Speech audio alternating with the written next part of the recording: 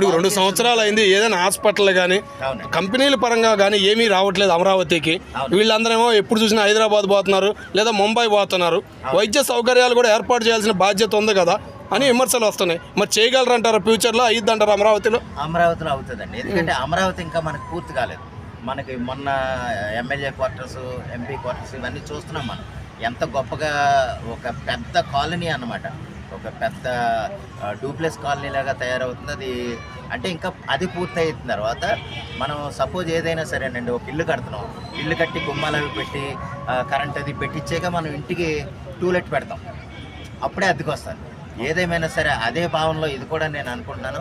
అమరావతి కనుక పూర్తయ్యే దగ్గరికి వచ్చేటప్పటికే మనకి చాలా పెట్టుబడులు వస్తాయి.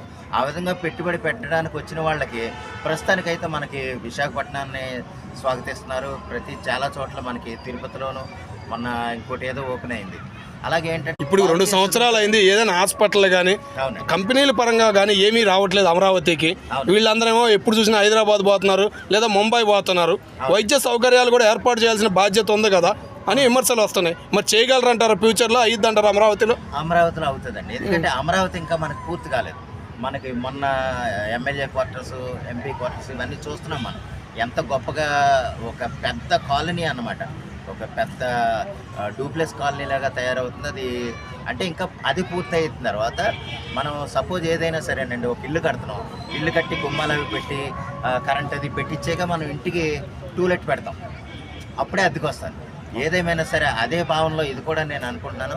అమరావతి కనుక పూర్తయ్యే దగ్గరికి వచ్చేటప్పటికే మనకి చాలా పెట్టుబడులు వస్తాయి. ఆ విధంగా పెట్టుబడి పెట్టడానికి వచ్చిన వాళ్ళకి ప్రస్తుతానికైతే మనకి విశాఖపట్నాన్ని స్వాగతిస్తున్నారు. చాలా చోట్ల మనకి తిరుపతిలోను మొన్న ఇంకోటి ఏదో ఓపెన్ అయింది. అలాగే ఏంటంటే